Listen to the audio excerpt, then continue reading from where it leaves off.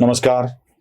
हस्तिनापूरच्या राजप्रसादामध्ये बसलेल्या धृतराष्ट्राला युद्धभूमीवर काय चाललं आहे हे ऐकण्याची प्रचंड ओढ लागलेली आहे.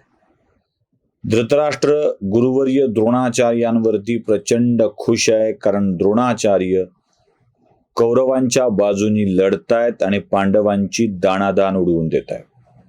या द्रोणाचार्यांच्या बाबतीत काय होतं आहे हे धृतराष्ट्राला जाणून घ्यायचं आहे. द्रोणाचार्यांना वेगळ्याच स्वरूपात कचाट्यात घेऊन संपविण्याचा डाव भगवंतानी आखला आहे हे धृतराष्ट्राला सहन होत नाही आहे. आणि मोठ्या अधीरतेने धृतराष्ट्र आपल्या संजयाला विचारतो आहे, संजया तिथे काय होतंय ते मला सांग. आणि संजय युद्धभूमीकडे आपल्या दिव्य दृष्टीने बघत धृतराष्ट्राला या सगळ्याचं वर्तमान सांगतोय. म्हणतोय, महाराज, गुरुवर्य द्रोणाचार्यांनी युधिष्ठिराला विचारलेलं आहे, युधिष्ठिरा, अश्वत्थामा गेला हे खरं आहे का? मला तुझ्या तोंडून ऐकायचं आहे. युधिष्ठिराचं वाक्य आहे, अश्वत्थामा हतायती नरोवा कुंजरोवा. नरोवा कुंजरोवाच्या वेळेला झालेल्या कर्णकर्कश रावाणी नरोवा कुंजरोवा हा शब्द द्रोणाचार्यांना ऐकू आलाच नाही. आणि अश्वत्थामा हतायती, अश्वत्थामा गेला हे वाक्य ऐकून द्रोणाचार्यांनी आपल्या हातातला बाण खाली टाकलाय.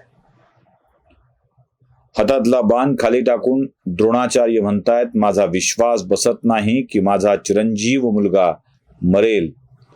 भीम त्याची हत्या करू शकेल अशी शक्ती भीमाच्या मध्ये नाही, पण युधिष्ठिर कधीच खोटं बोलत नाही हे सुद्धा मला माहीत आहे.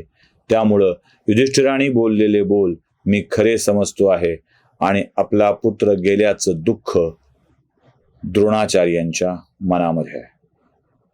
आपला बाण शस्त्र सगळे खाली टाकलेत आणि आपल्या पुत्राच्या शोकातून द्रोणाचार्य रथातून खाली उतरून युद्धभूमीवरती बसलेले आहेत. गुडघा टेकलाय, डोळे मिटलेत आणि आपल्या पुत्राची आठवण करत ओक्साबोक्षी रडतायत. आपल्या पुत्रावर प्रेम करणारा पिता आपल्या पुत्राच्या मृत्यूची बातमी ऐकून हताश झालाय, हरलाय आणि त्याने शस्त्रही टाकून देऊन आता युद्ध करायचं नाही हा निर्णय घेतलेला आहे. द्रोणाचार्यांनी हाती शस्त्र टाकलेले आहेत. ते युद्धभूमीवरती शोकमग्न अवस्थेत बसलेले आहेत. हातात शस्त्र नाही, एकटे आहेत. आणि अशा वेळी कृष्णाचं लक्ष जातं ते धृष्टद्युम्नाच्या कडं. आणि धृष्टद्युम्नाला इशाऱ्यानेच भगवंत सांगतात, धृष्टद्युम्ना हेच ते द्रोणाचार्य ज्यांनी काही वेळापूर्वी या युद्धभूमीत तुझ्या पित्याला यमसदनी धाडलं आहे. त्याचा मृत्यू द्रोणाचार्यांच्यामुळेच घडला आहे. तुझ्या समोर ते उपलब्ध आहे. कहाणी तुम्हाला माहीत असेल, द्रुपदाने द्रोणाने केलेल्या अन्यायाचा बदला घेण्यासाठी म्हणून यज्ञ करून प्रसन्न झालेल्या यज्ञदेवतेला एक पुत्र मागितला होता. ज्या पुत्राकडून द्रोणाचार्याचा वध व्हावा असा आशीर्वाद मागितला होता. आणि यज्ञदेवतेच्या कृपाशीर्वादाने धृष्टद्युम्न आणि द्रौपदी हे दोन पुत्र, एक पुत्र आणि एक पुत्री जन्माला आलेले होते. हा धृष्टद्युम्न द्रोणाचार्यांच्या वधासाठीच, हत्येसाठीच, मृत्यूसाठी जन्माला आलेला होता. भगवंतानी धृष्टद्युम्नाला त्याच्या निहित कार्याची आठवण करून दिली आहे. निहित कार्याची. अनेक जण ही कथा सांगताना असं सांगतात की शस्त्र खाली टाकून दिलेल्या द्रोणाचार्यांना मारणं कितपत योग्य होतं. पण मुळात ज्या धृष्टद्युम्नाच्या मनातच भावना होती याला मारण्याची, त्याच्या आयुष्याची इतिकर्तव्यताच त्याच्यामध्ये होती, तो धृष्टद्युम्न ही संधी कशी सोडेल? बरं, काही वेळापूर्वीच याच द्रोणाचार्यांनी धृष्टद्युम्नाच्या पित्याचा वध केलाय, हत्या केली आहे. आपल्या पित्याच्या हत्याऱ्याला आपल्या समोर निशस्त्र अवस्थेत बघितल्यावर धृष्टद्युम्न गप्प कसा राहील? बघा, अभिमन्यू मारणारा कोण तर द्रोणाचार्यच हे आपल्या सगळ्यांना चांगलं ठाऊक आहे. अभिमन्यूच्या मृत्यूचं दुःख अर्जुन विसरला असेल जयद्रथाला मारून, कारण त्यालाही काही काळ लोटलेला आहे. हेच ते होतं याचं दुःख त्याला नसेल. आपण खोटं बोलल्याची अपराधीपणाची भावना कदाचित धर्माच्या मनामध्ये असेल, पण अशी कोणतीही भावना दृष्टद्युम्नाच्या मनामध्ये येणं शक्य नाही. कारण दृष्टद्युम्नाला लहानपणापासून एकच विषय सांगितला गेलेला आहे, तो म्हणजे तुझ्या हातून द्रोणाचा वध झाला पाहिजे, झालाच पाहिजे. आपल्या मेवण्याच्या पोराला मारणारा, आपल्या वडिलाला मारणारा शत्रू समोर निशस्त्र असताना अशी मारण्याची संधी दृष्टद्युम्न कसा सोडेल? आणि बरं, अशा स्थितीत द्रोणाचार्यांना आवरलं नसतं आणि खरं कळलं असतं तर ते किती अवघड गेलं असतं. म्हणजे आधीच द्रोणाचार्यांनी पांडवांच्या सेनेची दाणादाण उडवलेली होती.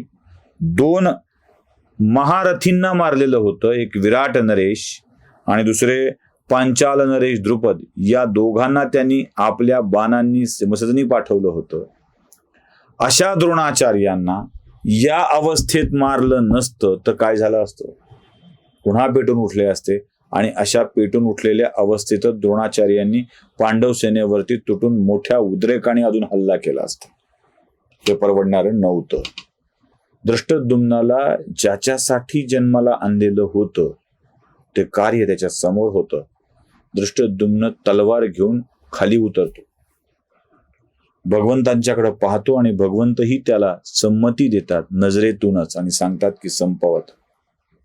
दृष्टद्युम्न खाली उतरतो आणि हताश दुःखी झालेल्या द्रोणाचार्यांच्या मस्तकावर डोळ्याचं पातं न लावतं तोच तलवार खाटकन चालवतो आणि त्या युद्धभूमीवर द्रोणाचार्यांचं शिर धडा वेगळं होऊन पडलेलं असतं.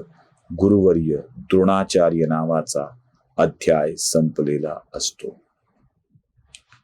रथात असलेल्या एकेका वीरांना कळायच्या आतच ही सगळी कृती घडलेली असते.